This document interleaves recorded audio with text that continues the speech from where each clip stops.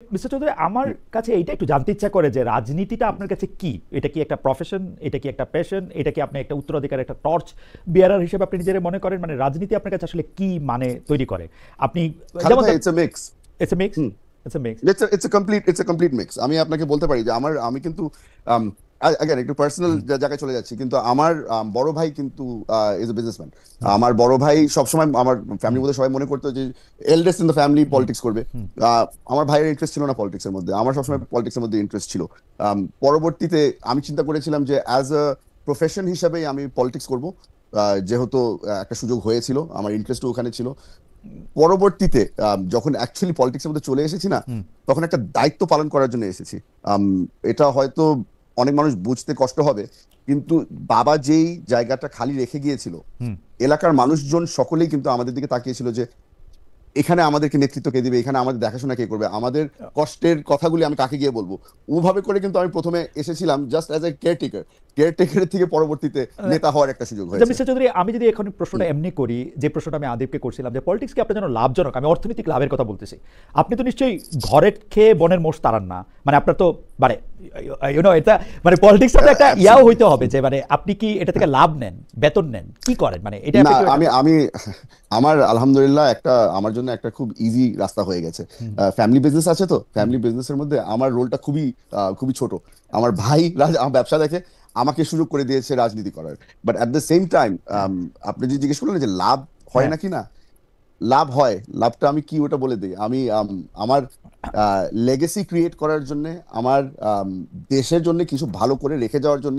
আর সত্যি করে বলতে, যদি একদম জেনুইন আনসার দিতে হয় না, তাহলে বলবো যে ইতিহাসের পাতার মধ্যে যেন আমার ব্যাপারে কিছু ভালো লেখা হয়।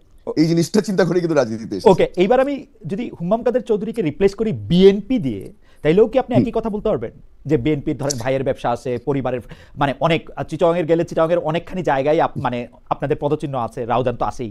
তো আমি কি বিএনপির ক্ষেত্রে এটা বলতে পারি? আমরা তো দেখি যে রাতারাতি আওয়ামী লীগের লোকরা যেরকম বড় লোক হয়েছে, বিএনপির লোকেরাও এই 1-1.5 বছরে মনে করতেছে তাদের অনেক কিছু করে ফেলতে হবে। ওইটার আপনি কিভাবে ব্যাখ্যা করবেন? যে এখানে এখানে বিএনপি আসলে বাংলাদেশের মধ্যে এখন সবচেয়ে বড় দল হয়ে গেছে বিএনপি। বিএনপির মধ্যে আমরা যেটা যেটা আগে অনেক সহজ ছিল, খুব কম মানুষ বিএনপি জয়েন করতে আসতো, এখন তো দেখবেন যে মানে ঝাঁকে ঝাঁকে মানুষ আসে বিএনপি জয়েন করার জন্য। তা আমাদের এখন কিন্তু আস্তে আস্তে করে কমিটি ক্রিয়েট করতে হচ্ছে যে কাদের কাদেরকে আমরা বিএনপিতে আসতে দিব, অথবা কাদের কাদেরকে আমরা বিএনপিতে কোনো পোস্ট হোল্ড করতে দিব। যেই জিনিসটা আমি বলবো বিএনপির সবচেয়ে বড় অ্যাডভান্টেজ, ওটা হচ্ছে গিয়ে যে আপনি আদিবকে যে জিনিসটা জিজ্ঞেস করলেন না, যে এনসিপি কিসে বিশ্বাস করে, তারা কি কোন পলিটিক্সের মধ্যে বিশ্বাস করে, ও খুব লম্বা চড়া আনসার দিয়েছে, কিন্তু কোন মানে ফ্যাক্টটা কি আমি এখন কিন্তু বুঝতে পারলাম না। আমাদের মধ্যে একটা ইউনিফাইং ফ্যাক্টর হচ্ছে গিয়ে যে আমরা সবাই ন্যাশনালিজমের মধ্যে বিশ্বাস করি। আর আমাদের আপনি কি ন্যাশনালিজম ডিফাইন করতে পারবেন? আমি অ্যাকচুয়ালি ন্যাশনালিজমটা ডিফাইন করতে পারবো। এই জিনিসটা গতকালকে আমি এটা নিয়ে আলাপ আলোচনা করছিলাম। আপনার বাংলাদেশের বাইরে আপনি যখন ন্যাশনালিজম নিয়ে কথা বলেন না, তো ওটা কিন্তু একটা খুব খারাপ কনোটেশন চলে এসেছে, স্পেশালি ওয়েস্টের মধ্যে। ওটা হচ্ছে যে আপনি you are going to be very close minded, আপনার ইকোনমিও আপনি ক্লোজ করে রাখবেন, বাইরের কাউকে ঢুকতে দিবেন না। আমাদের জন্য ন্যাশনালিজম একটু ভিন্ন ডেফিনেশন আছে। ওটা হচ্ছে যে আমরা যেহেতু একটা ছোট দেশ, আর আমাদের উপরে যে সারাক্ষণ যে বাইরের দেশটির একটা প্রেশার থাকে, আপনি হয়তো ভালো মতো বুঝতে পারছেন যে কার কথা বলছি। এই এই আমাদের বর্ডার সিকিউর রাখা, আমাদের ইকোনমি সিকিউর রাখার, আমাদেরকে যে এই বুলিং মেন্টালিটি থেকে প্রোটেকশন দেওয়াটাই কিন্তু আমি ন্যাশনালিজম হিসেবে মেনে নিয়েছি। আপনি হয়তো এই জিনিসটা আমাদের বুঝাতে কষ্ট হয়। এই ব্র্যান্ডের ন্যাশনালিজম তো এনসিপিও মারাত্মকভাবে ধারণ করে, জামাত ইসলামীও তো ধারণ করে। মানে আপনারা কেন আলাদা, এইটা তো আলাদা করে আপনার কাছে একটু আমার জানতে চাইতে হবে। কিন্তু আমি এই প্রশ্নটা একটু করি জনাব চৌধুরী, আপনার জন্য, মানে আপনাকে এই প্রশ্ন করা যায় কারণ আমি সিনিয়রদেরও করেছি বারবার, সিনিয়ররা একরকম উত্তর দিয়েছেন। আপনি মানে লিডার বড় কিন্তু বয়সে তরুণ, সেই জন্য আপনাকেও জানতে চাই, আপনার কি মানে আমি যদি পার্টির আপনাদের দলের প্রধানের কথা বলি, যে দলের প্রধানের জায়গায় বা দলের জায়গাও টাকা পয়সা কত নেওয়া হচ্ছে, কত দেয়া হচ্ছে, এটা কি পরিষ্কার? মানে আমি সোজা ভাষায় বলি, এখন তো কথা বললে কেমন জানি সবাই একটু রাগ রাগ করে, কিন্তু জনাব তারেক রহমানের উপরে ভরসা আছে বলে আমি জানতে চাই, জনাব তারেক রহমান কি পার্টি থেকে বেতন নেন? মানে উনি কি করেন? জনাব তারেক রহমানকে যেই সাপোর্টটা দল দিচ্ছে ওটাতেই ওনার চলতে হচ্ছে। আর আপনারা সকলেই দেখেছেন তারেক রহমান সাহেবের জীবনযাপন কিন্তু ইজ ভেরি সিম্পল। তো ওনার যে ওরকম খুব লাক্সারিয়াস লাইফ লিড করছে, ওটা কিন্তু সেইটা হয়তো লাক্সারিয়াস আপনার স্কেলে না, কিন্তু আমার স্কেলে আবার খুব সিম্পল না। আপনি স্কেলটা কত বড় ছোট নিচ্ছেন? বাট না, আমি আপনার সাথে একমত। এখানে আপনি যদি আমাকে বলেন যে তারেক রহমান সাহেব একটা বড় গাড়ি চালাচ্ছে, জি, জি জি না না, উনি একটা বড় গাড়ি চালাচ্ছে, জি। আমি আপনাকে বলতে পারবো যে বড় গাড়িটা কিন্তু লিসে নেওয়া, আর লিসের মান্থলি পেমেন্টটা আমরা দল দিই। না ওইটা অনেক, কিন্তু আমি যেটা আশা করব যে আমি যখন মানে জানতে চাইবো তখন যেন জানতে চাইতে পারি যে এবারে আসলে এটা কোত্থেকে কি হইতেছে। আমরা নতুন Absolutely, বাংলাদেশ আর বলতে এই সেটাই জিনিসটা- বুঝি, নতুন জি। বাংলাদেশ বলতে সেরকমই বুঝি, একটা পরিবারের কাছে অনেক খালেদ কিছু- ভাই, আপনি হয়তো রিসেন্টলি দেখেছেন আমাদের বাংলাদেশ জাতীয়তাবাদী দলের ওয়েবসাইটটা কিন্তু রিলঞ্চ করা হয়েছে, আর ওটার মধ্যে আমাদের একটা নতুন সেকশন করা হয়েছে, যে জিনিসটা ইজ এ ডোনেশন পেজ।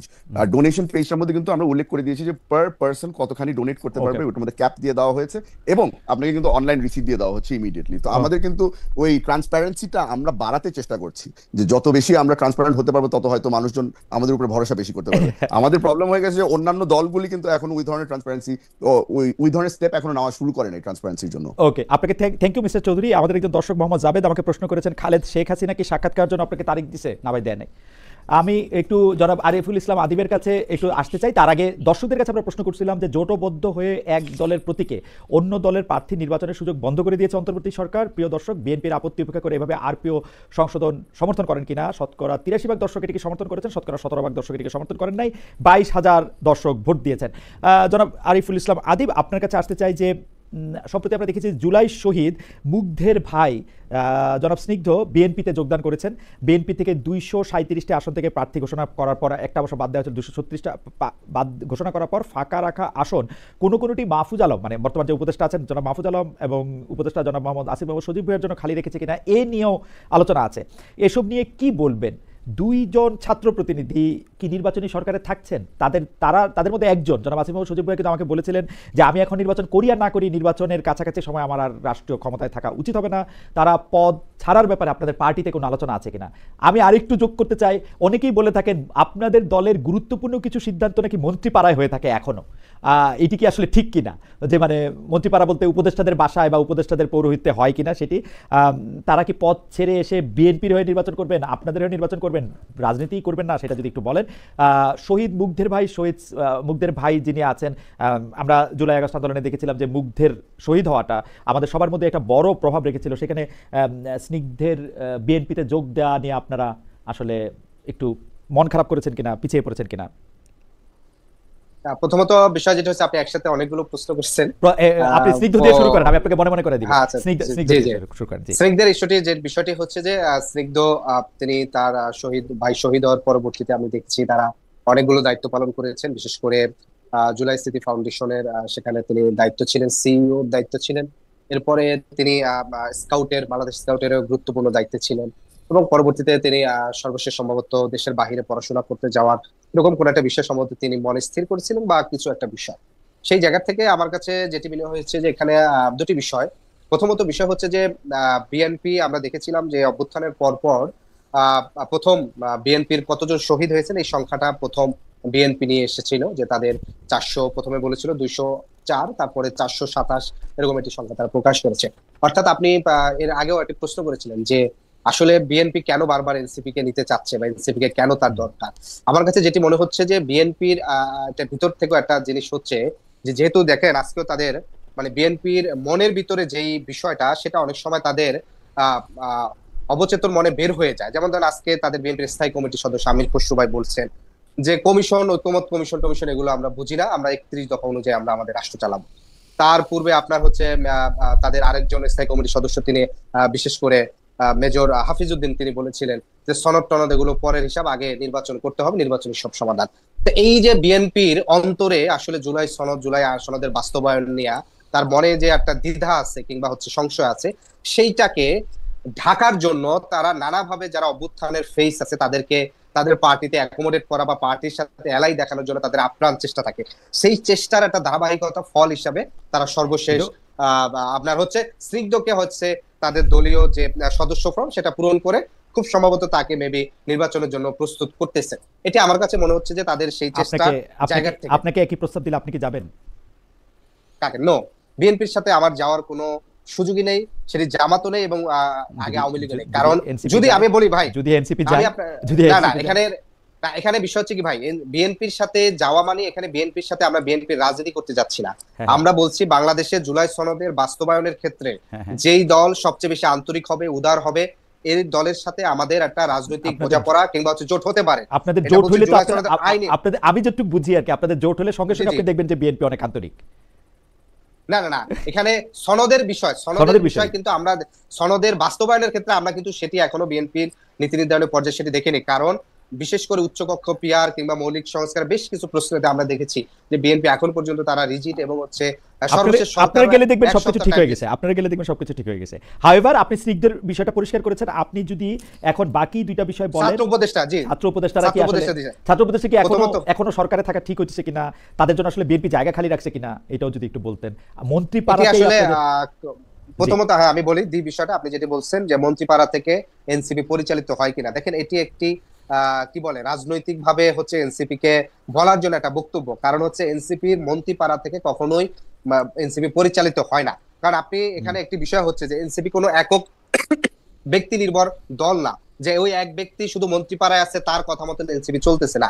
এনসিপির একটা আহ্বায়ক কমিটি আছে, তার সর্বোচ্চ রাজনৈতিক পরিষদ আছে, তার নির্বাহী কমিটি আছে 55 সদস্যের, এবং তার সর্বশেষ আপনার সর্বোচ্চ যেটা কেন্দ্রীয় কমিটি আছে 210 সদস্যের। এনসিপি যখন একটা রাজনৈতিক সিদ্ধান্ত নেয় সেটা তার রাজনৈতিক পরিষদ আলোচনা করে একটা সিদ্ধান্ত নেয় এবং সেটা পরবর্তী নির্বাহী কমিটি এবং কেন্দ্রীয় কমিটির মাধ্যমে আলোচনা এটার মধ্যে করে মাহফুজ সেটা সাহেব বা আসিফ চূড়ান্ত সাহেব কোনো করে। রোল প্লে করেন না? না না, তারা এখানে কোনো ধরনের রাজনৈতিক সিদ্ধান্ত নেওয়ার ক্ষেত্রে তারা কোনো ধরনের রোল প্লে করে না, প্রভাবিত করার চেষ্টা করতে পারেন না, কিংবা হচ্ছে আপনার সরি দুঃখিত, নো প্রবলেম।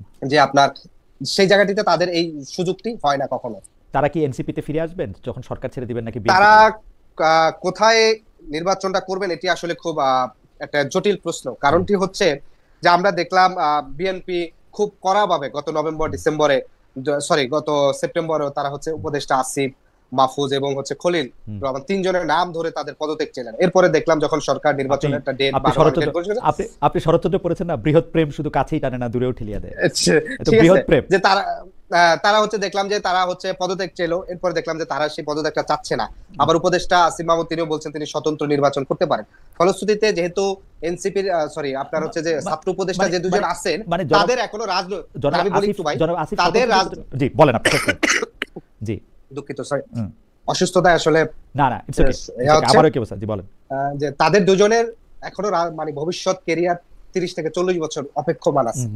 ফলশ্রুতিতে তাদের রাজনৈতিক কেরিয়ারটা তারা কিভাবে দেখতেছেন, রাজনৈতিক ভীষণটা রাজনৈতিক কেরিয়ারটা এটা কিন্তু তাদের ব্যক্তিগত সিদ্ধান্তের বিষয়। কিন্তু আমার একটা প্রশ্ন আছে ব্যক্তিগত সিদ্ধান্তের ব্যাপারে, কিন্তু তারা যে এনসিপির বাইরে চিন্তা করতে পারতেছেন, এটা কিরকম? এনসিপির বাইরে কি তাদের চিন্তা করতে পারার কথা? এনসিপির বাহিরে চিন্তা করতে পারাটা মানে এনসিপির আদর্শ তাদেরকে টানতেছে না, এটা কিরকম কথা হলো? না এনসিপির আদর্শ টানতেছে বিষয়টি সেরকম না। এনসিপির এখানে রাজনৈতিক ভাবে যে পথ চলা শুরু করেছে সেই পথ চলার প্রতি তো তাদের এক ধরনের অ্যাফিনিটি তারা ফিল করবেন, কিন্তু দিন শেষে তো প্রত্যেকে তারা আবার ব্যক্তিগত একটা রাজনৈতিক ভীষণ থাকে। কারণ এখানে এনসিপির কিন্তু একক কোনো রাজনৈতিক দর্শন নাই, এটা কিন্তু একটা সম্মিলিত ভাবে রাজনৈতিক ফিলোসফি। ফলে মাহফুজের তার একটা নিজস্ব রাজনৈতিক ফিলোসফি আছে, আসিফ মাহমুদ তার একটা নিজস্ব রাজনৈতিক ফিলোসফি আছে, নাহিদ ইসলামের আছে, এখানে হাসনাত আব্দুল্লাহ বলেন, তাসনিম যারা বলেন, শামান্তা শারমিন নিবা, প্রত্যেকের আছে। আমাদের এখানে সবাই ফিলোসফির একটা কমন আলাপ আলোচনার মাধ্যমে একটা সিদ্ধান্ত আগানো হয়। ফলশ্রুতিতে সে যদি দেখে যে তার ফিলোসফিটা এনসিপিতে আসলে এখানে ভালোভাবে তাহলে সে আসবে। জনাব আদিব খুবই চমৎকার উত্তর দিচ্ছেন, মানে আমি মুগ্ধ আপনার উত্তরে, যে আসলেই যে আমার সাথে যদি আদর্শের হিসাবে যদি আমাকে অন্য অনেক কিছু করতে তাহলে আমি বাইরে যেতেও পারি। জনাব আদিব আপনাকে ধন্যবাদ, আপনি একটু রেস্ট করেন। দুটি মন্তব্যের ক্ষেত্রে, দর্শকের দুটি মন্তব্যের ক্ষেত্রে আমি দৃষ্টি আকর্ষণ করতে চাই জনাব চৌধুরী, একটি আপনার জন্য, একটি আমার জন্য। আমার জন্যটা আমি আগে পড়ি। ইনার নাম হচ্ছে সাব্বির আহমেদ কাউসার। উনি বলছেন, খালেদ মহিউদ্দিন আপনি বাংলাদেশে কোন এজেন্সির হয়ে কোন এজেন্ডা বাস্তবায়নের জন্য গিয়েছিলেন এবং তাতে কতখানি সফল হয়েছেন? আচ্ছা, এই প্রশ্নের উত্তর দিতে হয় যে আমি কোনো এজেন্সির, মানে আমি আমার দেশে গেছি, এজেন্সির এজেন্ডা বাস্তবায়ন কেন করতে হবে সেটা জানি না, সফল হয়েছে কিনা তাও জানি না, মানে যেহেতু বাস্তবায়ন করতে না। আর জনাব সাব্বির আহমেদ কাউসার এই প্রশ্নটি অসংখ্যবার করছেন, সেজন্য আমার এটা দেখা হয়েছে। আর রায়ান এফেক্টস উনার প্রশ্নটা জনাব হুমাম কাদের চৌধুরীর জন্য, উনি অসংখ্যবার এই প্রশ্নটা করছেন। উনি বলছেন, বাংলাদেশ আজব একটা দেশ যেখানে অ্যাটর্নি জেনারেল বিএনপি থেকে ইলেকশন করতে চায়, এই টপিকে কেউ কথা বলে না।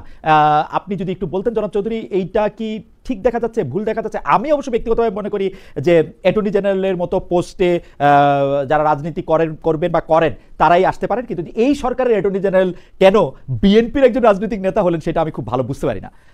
মানে আপনার কাছে কি মনে হয় যে আসলে এনসিপি যে অনেকবার অভিযোগ করেছে যে এই সরকারের মধ্যে বিএনপির লোক অনেক আছে, এইটা কি খুব মানে কি বলবো, এটা কি খুব প্রকাশ্যে প্রকাশ হয়ে পড়লো কিনা, মানে একটু আড়াল আবডাল থাকলে ভালো হইতো কিনা? না দেখেন, আমাদের অ্যাটর্নি জেনারেল সাহেব উনি বলেছেন যে উনি ইলেকশন করতে চান, আর ইলেকশন করার তফসিল ঘোষণার আগে উনি হয়তো পদত্যাগ করে তারপরে উনি ইলেকশন করবেন, ওটাও বিএনপির হয়ে ইলেকশন করবেন, ওই জিনিসটা হয়তো উনি অলরেডি বলে ফেলেছে। জি এখন এই জিনিসটা সঠিক হলো কি হলো না, এটা তো আমি মনে করি যে একই কাতারে প্রশ্নটা করা উচিত ছিল যে আপনার বাকি উপদেষ্টারাও যারা বর্তমানে দেশ পরিচালনা করছে তারাও পদত্যাগ করে তারা এনসিপি জয়েন করে বা অন্যান্য কোনো দল জয়েন করে কোনো প্রভাব ফেলবে নাকি না, তোরা এই জিনিসটা সঠিক কিনা এই জিনিসটা আমার মনে হয় যে জনগণের উপরে ছেড়ে দেওয়া উচিত। হাউএভার, আপনি যেহেতু একজন আইনজীবী মানুষ, আপনি জানেন যে এখানে লিগ্যাল কোনো বাইন্ডিংস নেই, ওনারা তারা এটা করতে পারবে না। আমি কিন্তু আমি আইনজীবী না মানে সাংবাদিক আইন আমি না, এটা আসলে ভবিষ্যতের জন্য আলাপ আলোচনার জন্য তোলা থাক। জনাব আসাদুজ্জামান আমারও খুব ঘনিষ্ঠ জন, আমি তার সাফল্য কামনা করি, কিন্তু এই প্রশ্নটি তাকে চিরকালই এটার উত্তর দিয়ে যেতে হবে। আপনার জন্য আমার মনে হয় যে খালেদ ভাই এই জিনিসটা আপনি সঠিক ধরেছেন যে এই আমার হয়তো বলাটা ঠিক হবে না, হয়তো আনপপুলার একটা জিনিস হয়ে যাবে। হাউএভার, এই জিনিসটা is not a legal matter, it is a moral matter. এই জিনিসটা মোরালি ঠিক না কিনা এটাই হলো কি আপনার আসল প্রশ্ন। মোরাল ব্যাপার তো আরো মারাত্মক ব্যাপার হলো লিগ্যাল ব্যাপার। হাউএভার, আমি আপনার জন্য যে প্রশ্নটি করতে চাই যে ফেব্রুয়ারি মাসে নির্বাচন না হওয়ার আগ পর্যন্ত বিএনপির মধ্যে জাতীয় নির্বাচনে, মানে যখন পর্যন্ত আসলে সরকার থেকে বড় করে ঘোষণা করা হয় নাই যে ইলেকশনটা ফেব্রুয়ারিতে হবে, সে সময় জাতীয় নির্বাচন নিয়ে অনেক ধরনের সংশয় সন্দেহ সেটা ছিল। সরকার প্রধান অনেকবার বলার পরও সে সন্দেহ কাটছিল না। এরপরেও আবার রোববার জনাব তারেক রহমান এক বক্তব্যে আমরা দেখতে পাচ্ছি যে এই ফেব্রুয়ারি মাসে নির্বাচন না হওয়ার আগ পর্যন্ত, মানে নির্বাচনটা অনুষ্ঠিত না হওয়ার আগ পর্যন্ত আমরা জনাব তারেক রহমানের এই বক্তব্য থেকে দেখতেছি যে জাতীয় নির্বাচন আয়োজন নিয়ে তার মনে সংশয় সন্দেহ রয়েই যাচ্ছে।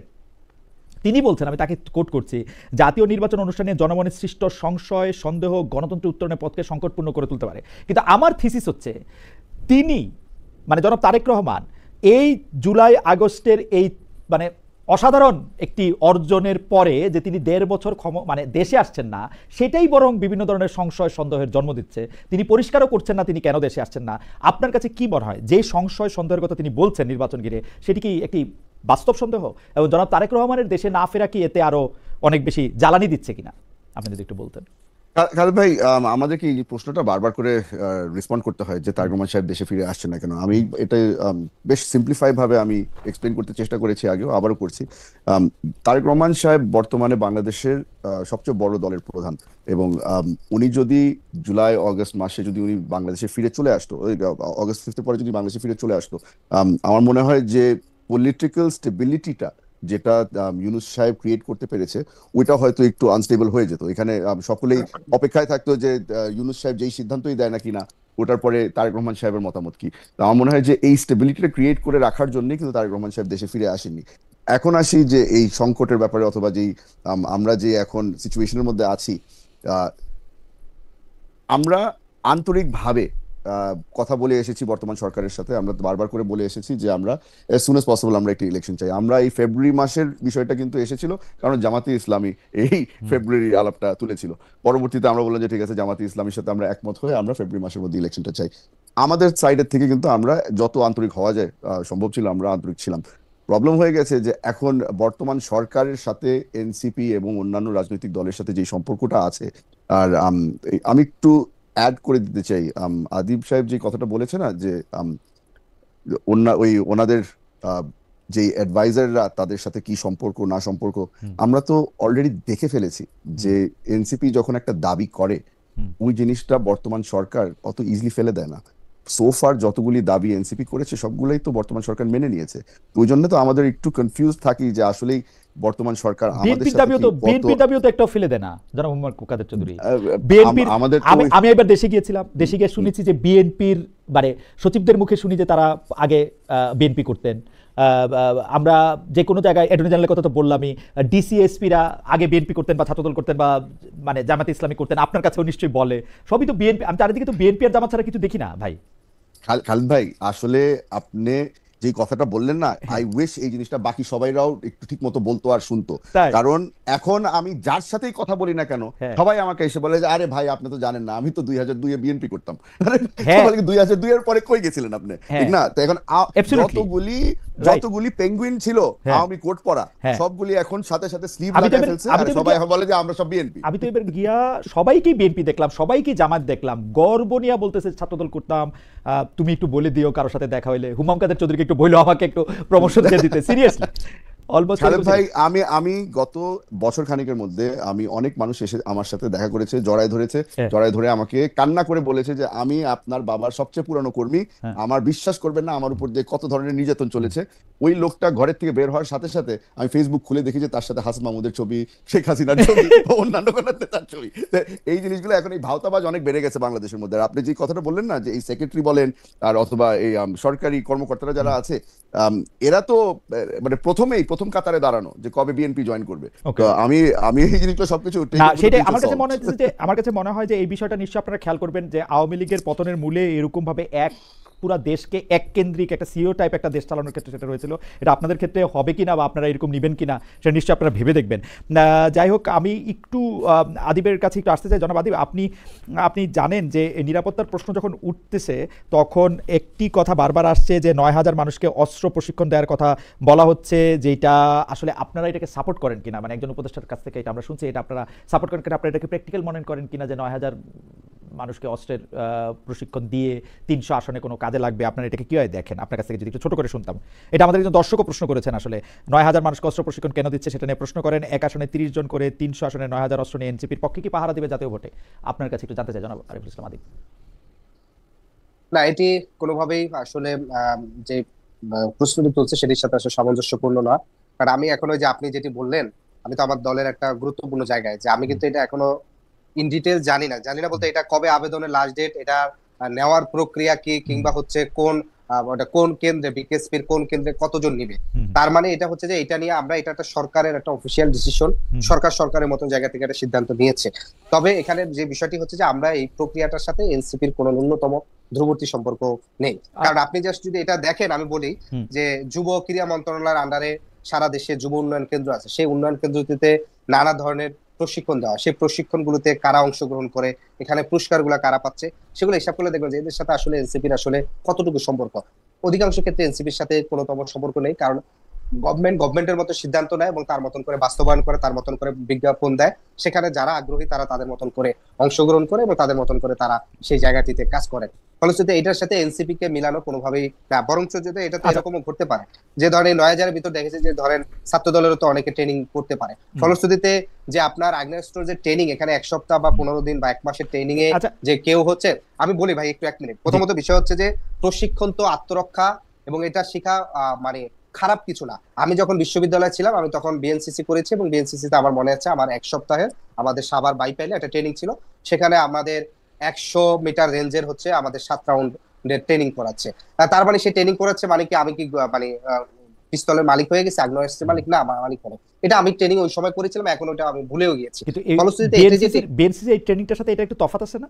এটা তো তাদেরকে না, বিএনসিসি তো একটা রেগুলেটরি বডির মাধ্যমে চলে, এখানেও যুব উন্নয়ন কেন্দ্র মন্ত্রণালয় একটা রেগুলেটরির মাধ্যমে চলবে।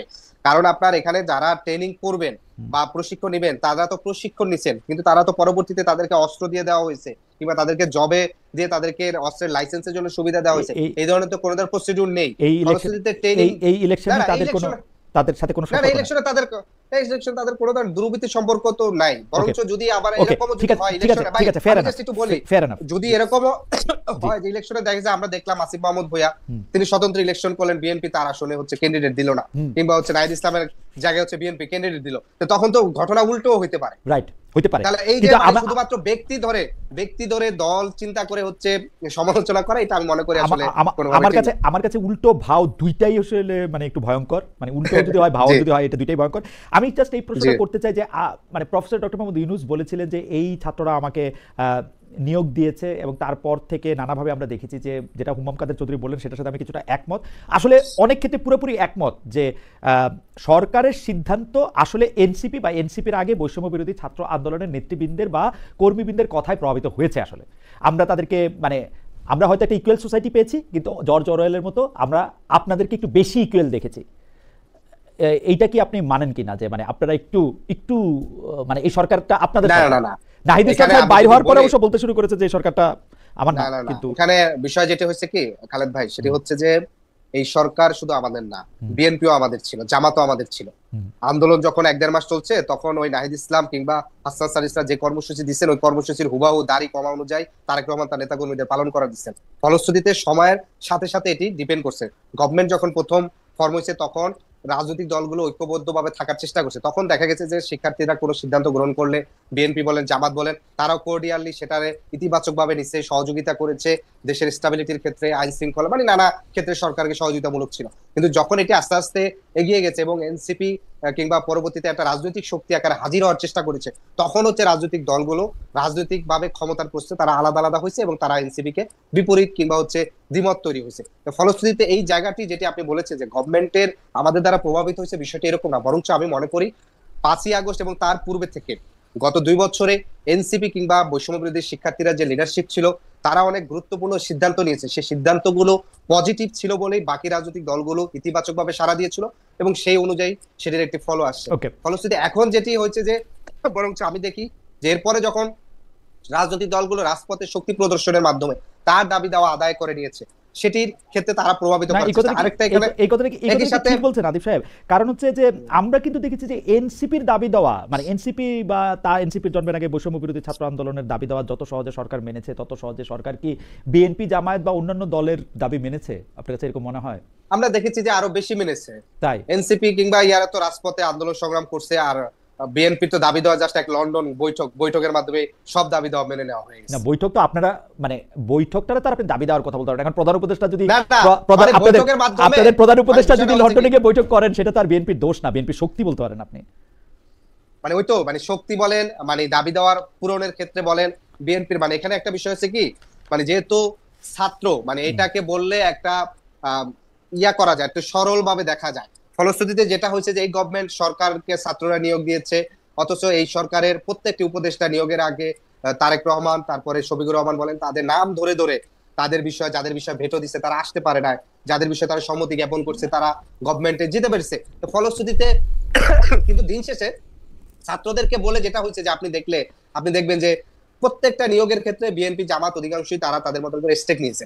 ফলশ্রুতিতে এটা হচ্ছে কি, ওই যে ছাত্রের উপরে বলে দিয়ে, মানে দোষটা সরকারের, দোষটা ছাত্রদের উপরে, সরকারের ভালোটা রাজনৈতিক দলগুলো তারা।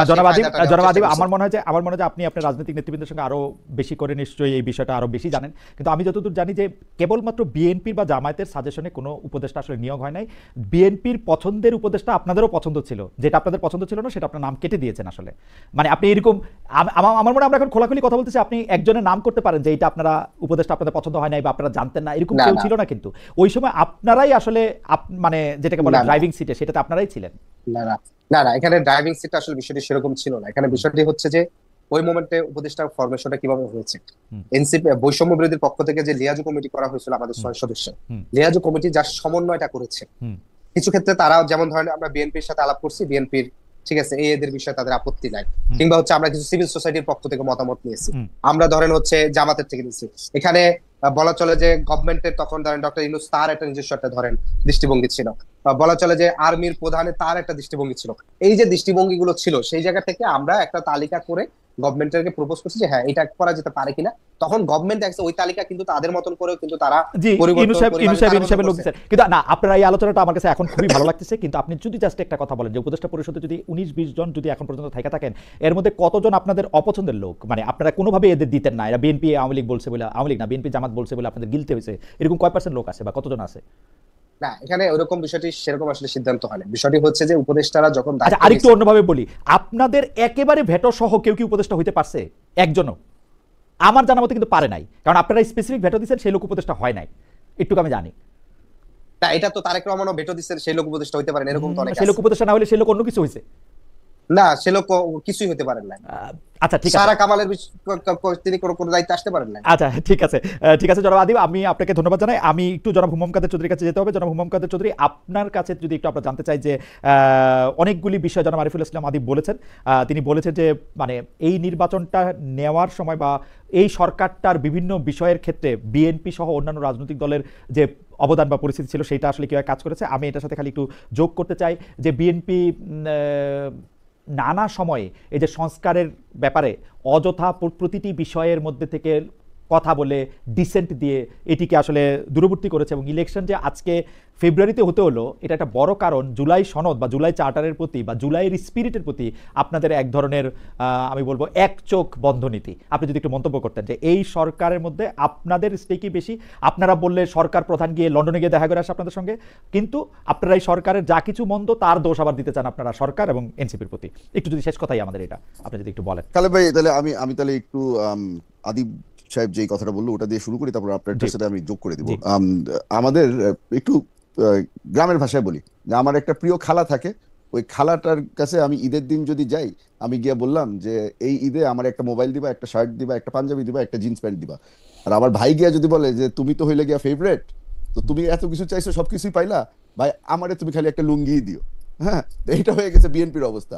এখন এনসিপি গিয়ে এত লম্বা লিস্ট নিয়ে আসছে, সবকিছু পাওয়া গেল, আমার দল খালি গিয়ে একটা লুঙ্গি নিয়ে আসছে, ওইটা হলে গিয়ে নির্বাচন। এখন আমরা এত কিছু দেখার পরেও যদি এই আর্গুমেন্টের মধ্যেই থাকি যে এখানে আমার খালার ফেভারিট বা বাইকনা কোনটা, ওটা তো আর বলে লাভ নাই। আমার মনে হয় যে বাংলাদেশের জনগণ সবকিছু দেখে ফেলছে। রিগার্ডিং নোট অফ ডিসেন্ট, আমরা এই জুলাই চার্টারের বিষয়ে যতগুলি নোট অফ ডিসেন্ট দিয়েছি, ওটা কিন্তু এখনো ফুল কপি কেউই পায়নি। আর আমাদেরকে কেউ এখন পর্যন্ত জিজ্ঞেসও করেনি যে আপনারা কোন কোন পয়েন্টের মধ্যে নোট অফ ডিসেন্ট দিয়েছেন। যেইগুলি আমাদের কাছে আছে, ওটা হচ্ছে গিয়ে যে মেইন বিষয় যেটা যেটা আমার চোখে পড়েছে সবচেয়ে বেশি, ওটা হলো গিয়ে যে আপনার July charter has to be at the same level as the constitution. আপনার কনস্টিটিউশনের ওটা কনস্টিটিউশনের উপরে উঠিয়ে দিচ্ছে যে এন্ড ইট ক্যানট বি আপনার প্রশ্নবিদ্ধ করা যাবে না, এটা লিগালি বাইন্ডিং হতে হবে, অনেক এটা তো আপনি রেটরিক বলতেছেন মিস্টার চৌধুরী, মানে কনস্টিটিউশনের উপরে ওনারা চাচ্ছে না, কনস্টিটিউশনের মধ্যে অন্তর্গত চাচ্ছে, অন্তর্ভুক্ত চাচ্ছে, যাতে এটা বা নতুন কনস্টিটিউশনের মধ্যে। খালেদ ভাই, আমরা এই ওয়ান লাইনার অনেকগুলি শুনতেছি যে আমরা একটা নিউ রিপাবলিক চাই, আমরা নতুন সংবিধান চাই, আমরা সংবিধানের মধ্যে জুলাই চার্টার ঢুকাতে চাই। আপনার কতগুলি জিনিস অ্যাকচুয়ালি পসিবল, এটা কিন্তু আমাদের একটু বিবেচনা করার দরকার আছে। আর ওনারা যা যা চাচ্ছে সবকিছু কিন্তু লিগ্যাল বাইন্ডিংস এর মধ্যে যদি আনতে চান, has to be ratified in parliament. ওনারা যেটা বলতে চাচ্ছে যে কিছুই রাটিফিকেশন লাগবে না, আমরা বর্তমানে যা আছে ওটা দিয়ে কাজ চালায় ফেলবো। তো এখানে আপনি যদি আইনি যদি না মানতে চান, আপনার তাহলে তো ওই আপনি জর্জ অরওয়েলের কথা বলতেছেন, আমরা তো এখন সায়েন্স ফিকশনের দিকে চলে যাচ্ছি, ঠিক না? এইগুলি তো আমার মনে হয় যে আমাদের একটু রিয়েলিস্টিক হওয়া দরকার আছে। আর এই জুলাই চার্টারের বিষয়ে যেহেতু আমরা কথা বলছি, খালেদ ভাই, আমার মনে হয় যে এই জিনিসটা একটু একনলেজ করা দরকার যে এত ঝড় ঝাপটা সবকিছু সহ্য করেও আমাদেরকে যখন প্রেশারাইজ করা হলো, আমাদেরকে না, বর্তমান সরকারকে যখন প্রেশারাইজ করা হলো যে এই 4 দিনের মধ্যে আপনার সই করে ফেলতে হবে, এই করতে হবে, আমরা কিন্তু ওই বৃষ্টির মধ্যে ছাতা ধরে কিন্তু আমরা ওই দিন সই করতে আমরা হাজির হয়েছিলাম। কারা হাজির হয়নি এই জিনিসটাও কিন্তু আমাদের একটু দেখা দরকার আছে। যে অভিমান করে যে আমার মতো 100% হয়নি, ওই জন্য আমি আজকে যাবই না, এই নকরাগুলো আমার মনে হয় যে বাংলাদেশের মানুষের সাথে করে লাভ নাই। একটু let's be practical, let's be realistic and let's work for the nation. Okay, আপনি যেহেতু প্রসঙ্গটা তুললেনি, আমরা কি একটু আদিবকে শুনতে পারি? আদিব, আপনি তো ভালো ডিবেটর ছিলেন, আপনি 50 সেকেন্ড একটু বলেন তো যে এই কথা কিন্তু ঠিক, আপনারা কিন্তু জান নাই, মানে এটা না, এখানে আমরা দেখেছি, দেখেন কক্সবাজার চলে গেছে। না না না, সনদের আগের দিন পর্যন্ত যেটি হয়েছে না, এখানে বিষয় যেটি হয়েছে জুলাই সনদের প্রশ্ন বলছেন তো, জুলাই সনদে আমরা তো স্বাক্ষর করিনি। আমরা বলেছি যে আইনি ভিত্তি ছাড়া স্বাক্ষর করে এই আনুষ্ঠানিকতা শুধুমাত্র, এবং সেখানে আমরা দেখলাম বিএনপি জামাত সর্বশেষ না বলে শেষ পর্যন্ত দিল। বিএনপি তো মহা ধুমধামে বললো যে সংস্কার শেষ, সংস্কার সবকিছু হয়ে গেছে, এখন শুধু নির্বাচন বাকি। এরপরে আমরা আবার দেখলাম কি যে বিএনপি এসে বললো যে তারা সনদে স্বাক্ষর করে প্রতারিত হয়েছে। আপনি 5 আগস্ট থেকে যদি আপনি বলেন যে আপনারা তো আসলে মানে কক্সবাজার চলে যান। 5 আগস্ট না, 5 আগস্ট আমাদের সেখানে উপস্থিত ছিল, 5 আগস্ট আমার দলের পক্ষে উপস্থিত ছিল, এবং সেখানে এটা কি বলে জুলাই ঘোষণাপত্রে তো উপস্থিত ছিল। এবং সেখানে আমরা দেখেছি যে সেই ঘোষণাপত্র যখন একপাক্ষিক ভাবে বিএনপির শুধু রাজনৈতিক অর্জনগুলোকে গ্লোরিফাই করা হয়েছে, তখন আমরা বলেছিলাম যে জুলাই সনদের ক্ষেত্রে যে জুলাই সনদ বাস্তবায়ন আদেশ জারি করা হবে, সেই জারির টেক্সটটা আমরা দেখে এরপরে আমরা স্বাক্ষর করব, কারণ আমরা তো এর আগে একবার প্রতারিত হয়েছি। ওকে, বাস এবার একটু যদি জনাব চৌধুরী আপনি শেষ করেন, মানে আমার আদিবের কাছ থেকে দরকার ছিল যে চুন খেয়ে তো আমাদের একবার মুখ পুড়েছে, এখন তো আমরা দই দেখে চুন ভাববই। তাহলে আমি একটু ওনার সহকর্মীর ব্যাপারে একটু বলে ফেলি। আমরা শুনেছি যে উনি বলেছে যে বিএনপি তো কি বিয়ে করে ফেলেছে, এখন তো সংসার করতে হবে না, এরকম কথা বলেছিল না? হ্যাঁ, এরকম কথা বলেছিল যে আমরা সই করেছি না ভাই, কাবির নামায় সই করেছি। এখন আমি কাবির নামায় সই করেছি, এখন জামাই বউ সব ঠিক আছে, ইমাম সাহেবও বলছে বিয়ে ঠিক আছে, সব ঠিক আছে, উনি আসছে গেস্ট হিসাবে আমাদেরকে শিক্ষা দেওয়ার জন্য যে বিয়ে কেমন হইতে হয় আর সংসার কেমন করে করতে হয়, যেখানে ওনারা স্বাক্ষরই করে নাই। ভাই আই এম সরি, বাট এখানে আপনার লেভেল প্লেইং ফিল্ড চান, আর আপনি যদি একই লাইনে দাঁড়াইতে চান, স্বাক্ষরটা করা উচিত ছিল মনে হয়।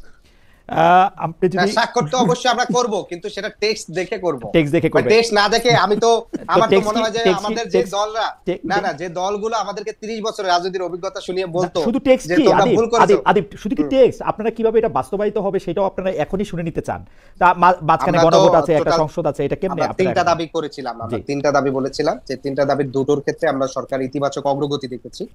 একটি বাকি আছে, যে এই সনদটি, এই আদেশটি কে জারি করছে, সেক্ষেত্রে আমরা ডক্টর ইউনূসের কথা বলেছিলাম, তিনি আদেশটি জারি করবেন এবং এর টেক্সটটি জাতির সামনে, শুধু নট অনলি দলগুলো, মানে জাতির সামনে উন্মুক্ত করা, যে এই টেক্সটে আসলে মানে আদেশটা জারি হচ্ছে, সেটি উন্মুক্ত না হলে আসলে এটির ভিতরে অনেক ফাঁক ফোকর থেকে যায়।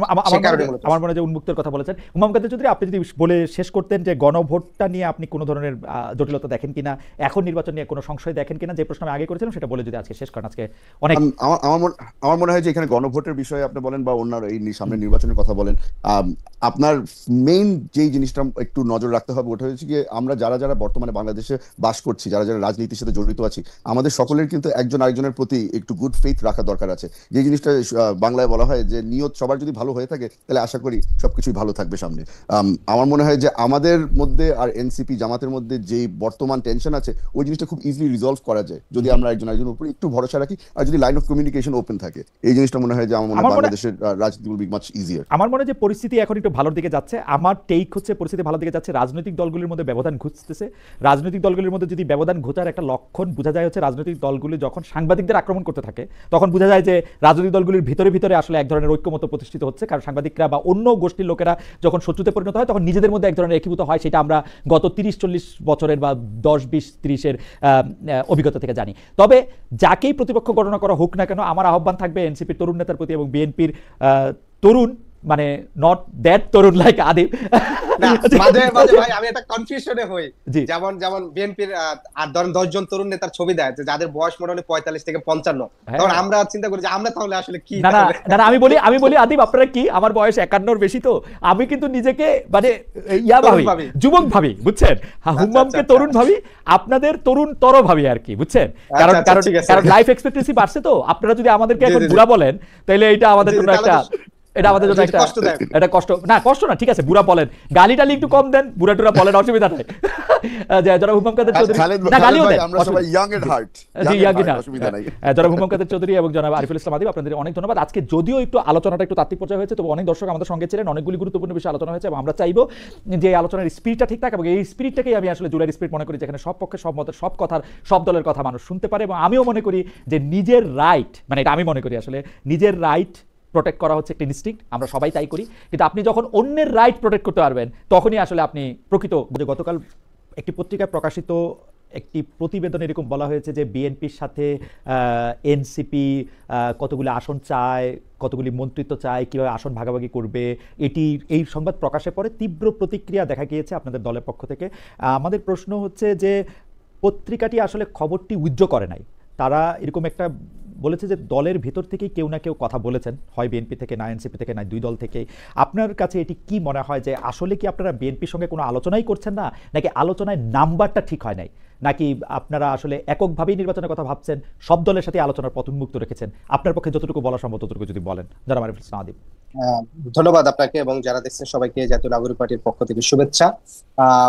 খালেদ ভাই, আপনি যে পরিচয় দিয়েছেন, এর পাশাপাশি আমার দলের পক্ষ থেকে আরো একটি দায়িত্ব পালন করা হয়, সেটা হচ্ছে রাজনৈতিক লিয়াজো প্রদান। লিয়াজো কমিটির প্রধান হিসাবে আমি আমার দলের পক্ষ থেকে বিভিন্ন রাজনৈতিক দলগুলোর সাথে আমাদের যে অফিসিয়াল এবং আনঅফিসিয়াল যে বৈঠকগুলো হয়ে থাকে, সেই বৈঠকগুলোতে আমি নানাভাবে অংশগ্রহণ করে থাকি। সে বৈঠকের গুরুত্ব অনুযায়ী কোনো কোনো বৈঠকের সরাসরি আহ্বায়ক নিজে উপস্থিত থাকেন এবং অন্যান্য দলের যারা নেতৃবৃন্দ আছেন তারা উপস্থিত হয়ে থাকেন। প্রথমত যে বিষয়টি হয়েছে যে প্রথম আলোর যে রিপোর্টটি করেছে সেটি করা হয়েছে এবং তাদের সাথে আমরা যখন যোগাযোগ করছি, তারা বলেছে এটা বিএনপির সোর্স থেকে মূলত সেই বিষয়টি নিউজ হয়েছে, অর্থাৎ বিএনপির নেতৃবৃন্দের সাথে তারা যেটা কথা বলেছে সেটা বিএনপির কাছ থেকে। প্রথমত বিষয় হচ্ছে যে আপনি দেখেন, এই বিশেষ করে যখনই জুলাই সনদের আইনি বাস্তবায়ন বা অন্যান্য বিষয়গুলোতে এনসিপি খুব দৃঢ় অবস্থান করছিল, তখনই বারবার নির্বাচন প্রসঙ্গটি আসছে এবং নির্বাচনে অর্থাৎ বিএনপি এবং জামাতের বাহিরে আলাদা একটা রাজনৈতিক আইডেন্টিটি নিয়ে, আলাদা একটা রাজনীতি নিয়ে যে একটা শক্তি দাঁড়িয়ে থাকতে পারে, সেই শক্তিটি যেন না দাঁড়াতে পারে, নানা ধরনের এস্টাবলিশমেন্টের সেখানে নানা ধরনের চেষ্টা ছিল।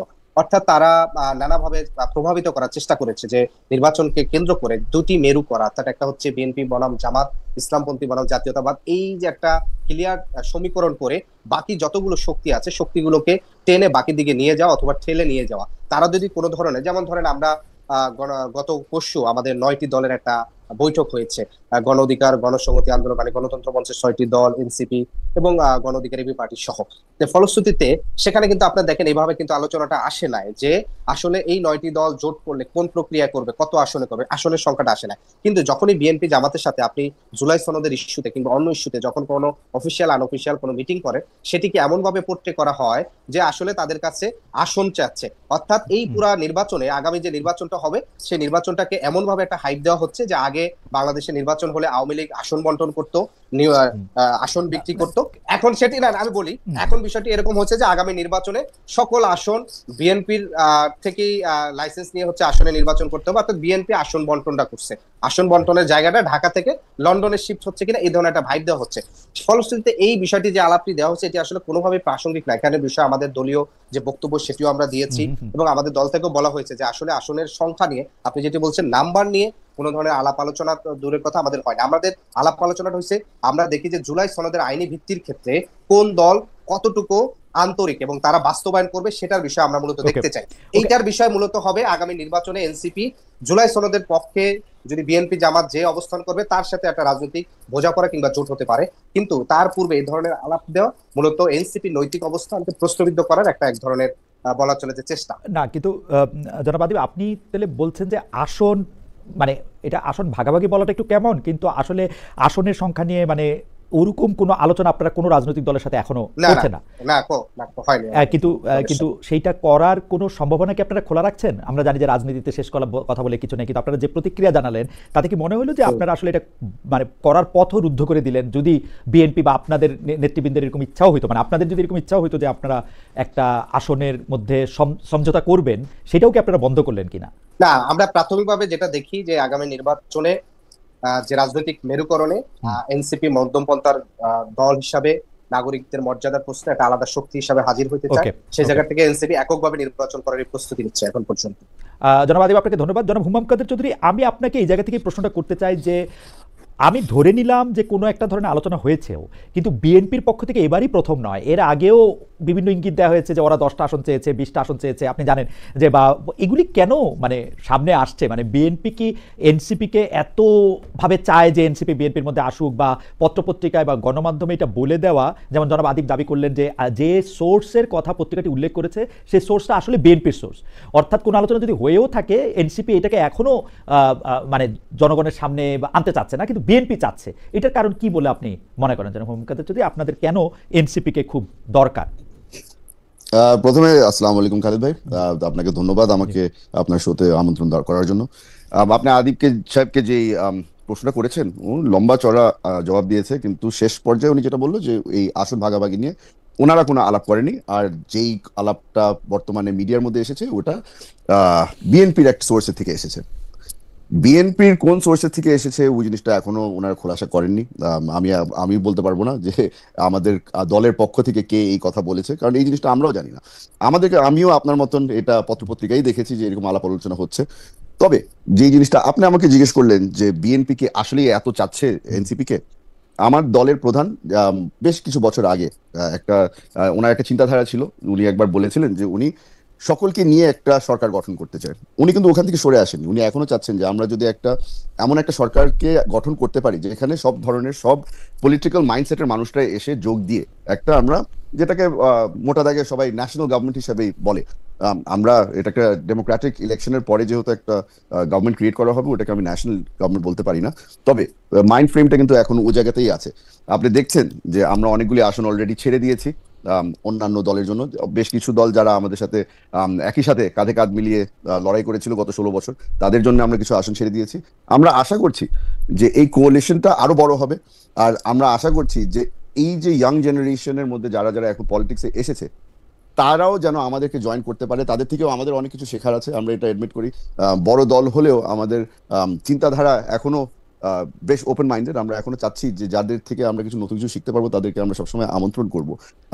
এনসিপি এমনই একটা দল, আমরা সবসময় বলে এসেছি যে বাংলাদেশের ভবিষ্যতে এনসিপি কে আমাদের দরকার হবে। আর আপনার সাথে কথাবার্তা বলার সময় আমি চিন্তা করছিলাম যে ভবিষ্যতে যদি আমরা একসাথে কাজ নাও করতে পারি, একই সাথে যদি আমরা সরকার গঠন নাও করতে পারি, আমরা কিন্তু চাবো যে আমরা যদি বিরোধী দলে থাকি আমরা শক্তিশালী একটা বিরোধী দল হিসাবে কাজ করতে পারবো, আর ওনারা যদি বিরোধী দলে থাকে ওনারা যেন একটা শক্তিশালী বিরোধী দল হিসাবে কাজ করতে পারে।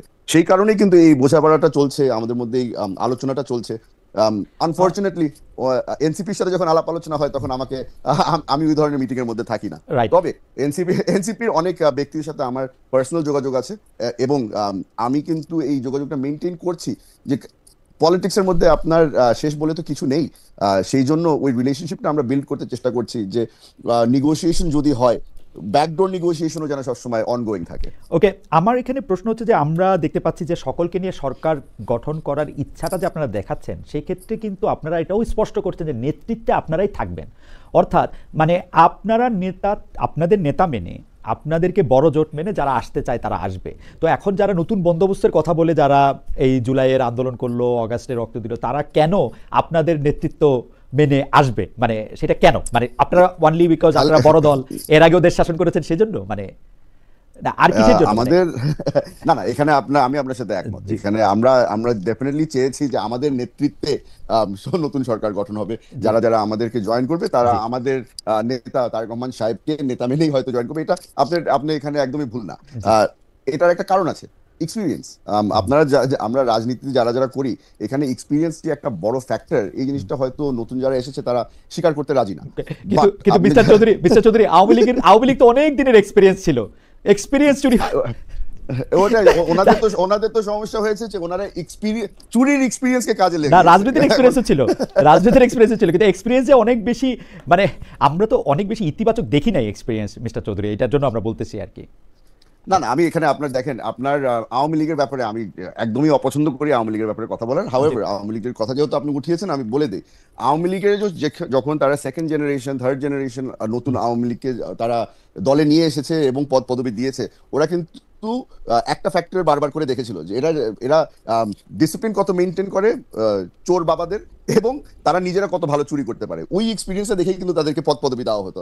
আমরা এখন যেটা চেষ্টা করছি যে আমাদের নেক্সট জেনারেশন যারা নতুন নতুন পলিটিক্সে আসছে তাদের মেধা এবং তারা কতটা দেশপ্রেম দেখাতে পারে এই জিনিসটা বিবেচনা করে কিন্তু আমরা আস্তে আস্তে করে তাদেরকে দলের মধ্যে জায়গা দিচ্ছি এবং তাদেরকে কিছু প্রাধান্য দেওয়া হচ্ছে যে তারা যেন কোনো এক্সপিরিয়েন্স রোল প্লে করতে পারে।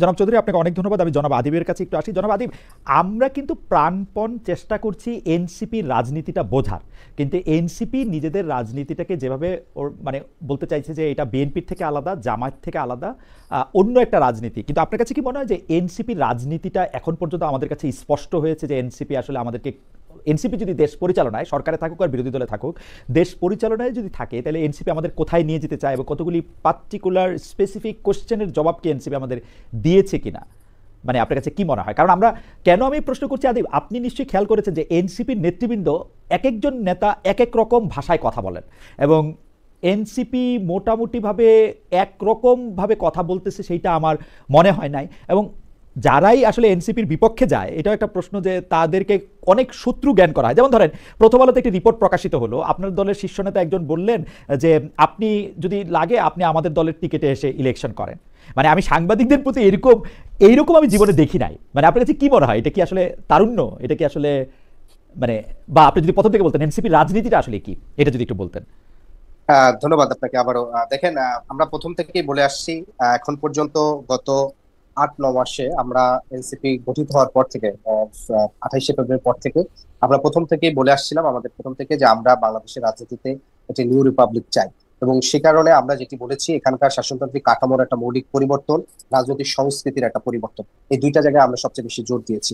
রাজনৈতিক মৌলিক কাঠামো পরিবর্তনের জায়গায় আমরা বলেছি সেটা মৌলিক কাঠামো পরিবর্তন করে এটা নতুন সংবিধান দরকার, যে নতুন সংবিধান আমাদের এখানকার মুক্তিযুদ্ধের যে চেতনা, সাম্য, মানবিক মর্যাদা, সামাজিক সুবিচার এবং একই সাথে ধর্মীয় স্বাধীনতা এবং ধর্মীয় সম্প্রীতির ভিত্তিতে, মূলনীতিতে আমাদের একটি নতুন সংবিধান হবে। এবং সেখানে আরো অন্যান্য অধিকারের বিষয়, যেগুলো আরো ডিটেলস আমাদের ঐকমত্য কমিশনে অনেক বিষয়ে আলোচনা হয়েছে। রাজনৈতিক সংস্কৃতির ক্ষেত্রে সবচেয়ে গুরুত্বপূর্ণ যে পরিবর্তনটা এনসিপি এনসে এনসিপি এজ এ পার্টি আকার এস্টাবলিশড হয়েছে, এনসিপি কোনো ব্যক্তি আকার এস্টাবলিশড হয় না, অর্থাৎ এনসিপি নাহিদ ইসলাম কিংবা এনসিপি হাসনাত আব্দুল্লাহ কিংবা সাদিস আলম সেটা হিসাবে এস্টাবলিশড হয় না। এনসিপি তার নেতৃত্বকে সবসময় বাংলাদেশে একটা জিনিস করেছে, সেটা হচ্ছে জবাবদিহিতা এবং তাকে কন্টিনিউয়াস প্রশ্নের মধ্যে দিয়ে নিয়েছে। সেটা তার দলীয় অভ্যন্তরীণ প্রশ্নের মধ্যে দিয়ে যেতে হয়, এবং তার দলীয় নেতৃবৃন্দরা যদি কোনো রাজনৈতিক বক্তব্য বা মন্তব্যের ক্ষেত্রে তারা ভুল করে থাকে, সেটাকে তাকে পাবলিকের সামনে তাকে অ্যাপোলজি করতে, সেটাকে তার দলীয়ভাবে সেখান থেকে চেষ্টা করা হয়। ফলশ্রুতিতে এনসিপি বাংলাদেশের রাজনীতিতে একটি সমন্বিত লিডারশিপের একটা নতুন ডিনামিক্স নিয়ে আসছে।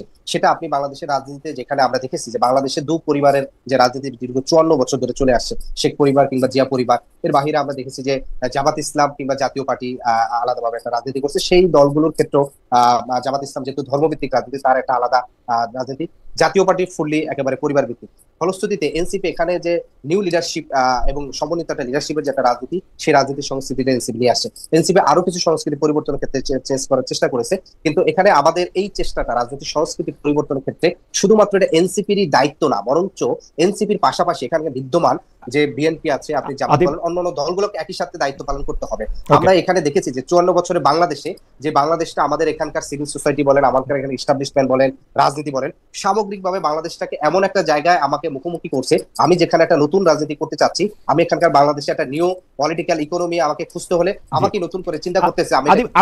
আমি যদি একটু মাঝখানে কথা বলি যে আপনি রাজনৈতিক সংস্কৃতির পরিবর্তন চেয়েছে এনসিপি, সে কথা বলেছেন, সংবিধানের পরিবর্তন চেয়েছে, সে সবই ভালো ভালো কথা, কিন্তু রাজনৈতিক সংস্কৃতির পরিবর্তনটা প্র্যাকটিসের ক্ষেত্রে এনসিপি কতটা করলো সেটা যদি আমরা পিছন থেকে তাকাই, তাহলে আপনি এটার মধ্যে কি দেখেন? আসলে বিএনপি, আওয়ামী লীগ, জাতীয় পার্টি বা জামায়াতে ইসলামী থেকে এনসিপি কিভাবে দল পরিচালনা করছে, তাদের ব্যয় কোথায় নির্বাহ করছে, তারা বাড়ি ভাড়া কোত্থেকে দিচ্ছে, তারা চাঁদাটা কিভাবে নিচ্ছে, কত টাকা, এটার কোনোটাই অনেকটাই পরিষ্কার করার কথা, কিন্তু তা কিন্তু আসলে পরিষ্কার করা হয় নাই। বারবার, যেমন ধরেন আমি যদি আপনাকে একটা প্রশ্ন করি, আমরা বাংলাদেশে কিন্তু কমিউনিস্ট পার্টি দেখেছি, যে কমিউনিস্ট পার্টিতে হোল টাইমার হিসেবে তারা টাকা বেতন নিতেন। আপনাদের দলের প্রধান কি আপনাদের দল থেকে বেতন নেন? আপনি কি আপনাদের দল থেকে বেতন নেন? এই প্রশ্নগুলি আসবে। মানে আমরা যদি রাজনৈতিক সংস্কৃতি পরিবর্তনের মধ্যে অর্থ সমাগম এবং অন্যান্য জায়গা থেকে এই কথাগুলি বলি, তাহলে কিন্তু অনেকগুলি জায়গায়, যেমন আরেকটা বলি, এটা আমি শেষ, যে আপনারা কিন্তু কারো কারো সমালোচনা করেন। ধরেন কোন ব্যবসায়ীর সমালোচনা আপনি করবেন এবং কোন ব্যবসায়ীর সমালোচনা আপনি করবেন না, সেটাও কিন্তু আপনারা ঠিক করেন। কারণ আমরা তিনটা একই ধরনের পচা ব্যবসায়ীর ক্ষেত্রে দেখি যে একটাকে আপনারা সমালোচনা করছেন, একটাকে করছেন না। এইটারও তো নিশ্চয়ই কোনো কারণ নিচে থাকবে, যেটা রাজনৈতিক কারণ। এখানে প্রথমত বিষয় হচ্ছে, আমি আপনাকে বলি, সেটি হচ্ছে যে আপনি যেটি বলেছেন যে ব্যয়ভার বহনের, দেখেন আমি সেই জায়গাটি পাল্টা প্রশ্ন করেছি যে আমরা 54 বছরে বাংলাদেশে, আপনার যখন আবার এখানে বলে যে তরুণরা নতুন রাজনীতি করতেছে, তারা শিখতেছে, তারা শিখতেছে, আমরা যখন শেখার চেষ্টা করতেছি, আমরা দেখতেছি আমাদের সামনে কোনো ভালো উদাহরণ নাই। ফলশ্রুতিতে আমাদের যেটা হচ্ছে যে প্রতিনিয়ত আমাকে থিসিস, অ্যান্টিথিসিস এবং আমাকে মানে অন টেস্ট কন্টিনিউয়াসলি বিভিন্ন প্রসেস আমাকে চেষ্টা করতে হচ্ছে। আপনি যেটি বলছেন যে আপনাদের দলীয় প্রধান সে এখান থেকে খরচ নিবে কিনা, আমাদের নতুন যে খসড়া গঠনতন্ত্র রয়েছে, সেই খসড়া গঠনতন্ত্র অনুযায়ী এনসিপি শুধুমাত্র কেন্দ্র না, একেবারে উপজেলা পর্যন্ত যারা মূল সংগঠক হিসাবে 2 থেকে 3 জন যারা ফুল টাইম পার্টি করবে, তাদের জন্য এনসিপি একটা আর্থিক কাঠামো কিংবা পার্টি থেকে একটা কাঠামোর চিন্তা ভাবনা করছে। এখনো সেটি বাস্তবায়ন এখনো হয় না, কারণ আমরা মাত্র পথ চলা শুরু করছি। একই সাথে আমাকে 3টি কাজ করতে হচ্ছে। আমাকে নিয়মিত রাজনৈতিক যে বহাসগুলো হচ্ছে সেটা অংশগ্রহণ করতেছে, আমাকে দলকে শক্তিশালী করতে হচ্ছে, একই সাথে আমাকে এখানকার নিবন্ধনের জন্য নানা ফোর্সের সাথে আমাকে ফাইট করতে হচ্ছে। ফলশ্রুতিতে আমরা আমাদের যে থিসিস গুলো, আমরা যেগুলো চিন্তা করতেছি কন্টিনিউয়াস কালে, আমাদেরকে এখানে আমরা এমন একটা জায়গা প্রসেসে শুরু করতে চাচ্ছি যেটার উদাহরণ আগে নাই, যেটাকে আমাকেই নতুন করে শুরু করতে হচ্ছে।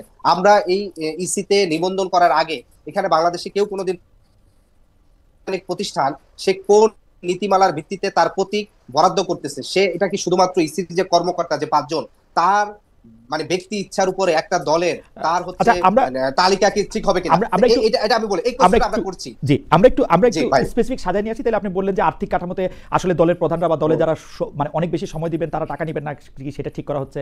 আপনাকে এটাও ঠিক করবেন যে আপনারা কোন দল থেকে কত টাকা চাঁদা নিচ্ছেন বা আর্থিক সহযোগিতা নিচ্ছেন, সেটা আপনারা প্রকাশ করবেন। একসময় এই প্রশ্ন করার পরে এটা বলা হয়েছিল যে তাহলে তো তাদের উপর আক্রমণ আসতে পারে, কিন্তু সারা পৃথিবীতে এটাই তো নতুন বন্দোবস্ত, যদিও উদাহরণ নাই।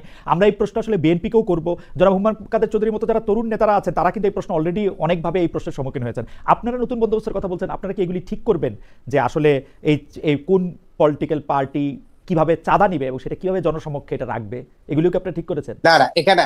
এখানে বিষয় যেটা হচ্ছে যে আমাদের যে পাবলিকলি আমাদের চাঁদা উত্তোলনে, চাঁদা বলতে আমাদের যে ডোনেশন যে সিস্টেম আছে, সেখানে আমাদের যারা শুভাকাঙ্ক্ষী, আমাদের দলের যারা কর্মী, তারা সরাসরি নিজেরা দিয়ে থাকেন, অনেকে নগদ দিয়ে থাকেন। একই সাথে আমাদের সেন্ট্রাল কমিটি থেকে শুরু করে আমাদের তৃণমূল পর্যন্ত, উপজেলা পর্যন্ত আমাদের যে কমিটি কাঠামো আছে, সেই কমিটির যারা দায়িত্বে আছেন, তারা তাদের ব্যক্তিগত পেশাগত জায়গা থেকে শুরু করে নিজেরা যতটুকু পারে সক্ষমতা অনুযায়ী করে থাকে। এর পাশাপাশি শুভাকাঙ্ক্ষীরাও দিয়ে থাকে। জি, এখানে প্রকাশের আমরা কিভাবে প্রকাশটা করব সেটা আমি তো যেটা বললাম আপনাকে, যে আমরা কোন প্রক্রিয়া ইকোনমি পলিটিক্যাল ইকোনমিটা আমরা কিভাবে এখানকার এস্টাবলিশ করব, একটা নতুন উদাহরণ দিব, এটা নিয়ে আমরা কাজ করতেছি। আপনাদেরও যদি বেটার কোনো সলিউশন কিংবা সাজেশন কিংবা প্রস্তাবনা থাকে সেটা দ্বারা আমাদের কেন্দ্রিত আমার কাছে তো কোনো বেটার সাজেশন নেই। আমার কাছে একটাই সাজেশন, যা কিছু সবকিছু স্বচ্ছ করা আর কি, আর কোনো কিছু না। যে আপনি যদি 5 টাকা কাউকে দেন, 10 টাকা কারো কাছ থেকে নেন, সেটা খালি প্রকাশে থাকা। আরেকটা প্রশ্ন এই পর্যায়ে আপনার কাছে, শেষ প্রশ্ন, সেটা হচ্ছে যে আমরা এনসিপি রাজনীতিটা বুঝতে চাই বলে এটিও বুঝতে চাই আসলে এনসিপির রাজনীতিতে ধর্ম কিভাবে ব্যবহৃত হবে, শিক্ষা, নারী শিক্ষা, সেগুলি কিভাবে করা হবে, সেই ব্যাপারে কি আসলে একটা পরিষ্কার জায়গায় কি এনসিপি পৌঁছেছে? যেমন জামাতে ইসলামীর জায়গাটা একরকম ভাবে আমরা বুঝতে পারি, আপনি বলতেছিলেন জামাতে ইসলাম একটি ধর্মভিত্তিক দল। আপনাদের ক্ষেত্রে কি এইটা বলা হচ্ছে যে আপনারা ধর্ম ইস্যুটাকে কিভাবে ডিল করবেন, নারী বা নারীর প্রতি ব্যবহারটাকে আপনারা কিভাবে ডিল করবেন, সেটা কি পরিষ্কার হয়েছে? প্রথমত বিষয় হচ্ছে যে আমাদের এখানে এখন পর্যন্ত যে বেসিক জায়গাটা ঠিক আছে ধর্মের ক্ষেত্রে, শুধু ধর্মের ক্ষেত্রে আমরা যে বিষয়টি বলছি, বাংলাদেশের মানুষের, নাগরিকদের যে এখানকার ধর্মীয় বিশ্বাস এবং ধর্মীয় মূল্যবোধ আছে এবং এখানকার জনগোষ্ঠীর যে সাংস্কৃতিক মূল্যবোধ এবং বিশ্বাস ঐতিহ্য আছে, সেটার সাথে সাংঘর্ষিক কোনো কিছুই হচ্ছে এনসিপি কোনো জনগোষ্ঠীর উপর চাপিয়ে দেওয়া কিংবা তার এজেন্ডার ভিতর চাপিয়ে দেওয়া, সেই চেষ্টাটা এনসিপি করবে না। দ্বিতীয়ত বিষয় হচ্ছে যে আপনার নারীর ক্ষেত্রে যেটা হচ্ছে যে আপনি দেখেন যে এইবার ঐকমত্য কমিশনে একটি, আমাদের ক্ষেত্রে সম্বন্ধে খুব এক্সেপশনাল হয়েছে, নারীর ক্ষেত্রে যে প্রস্তাবনাটা ঐকমত্য কমিশন দিছে সেখানে একমাত্র আমরাই হচ্ছে একটা পজিটিভ নোট অফ ডিসেন্ট দিয়েছি। সেটি হচ্ছে যে আমরা কিন্তু বলেছিলাম যে 100 আসনে সরাসরি নারীরা নির্বাচনে অংশগ্রহণ করবে। তখন এটি যখন কোনো দলই রাজি হয় না, তখন আমরা বলছিল যে পার্সেন্টেজে আসছেন যে কত পার্সেন্ট মনোনয়ন দিবে।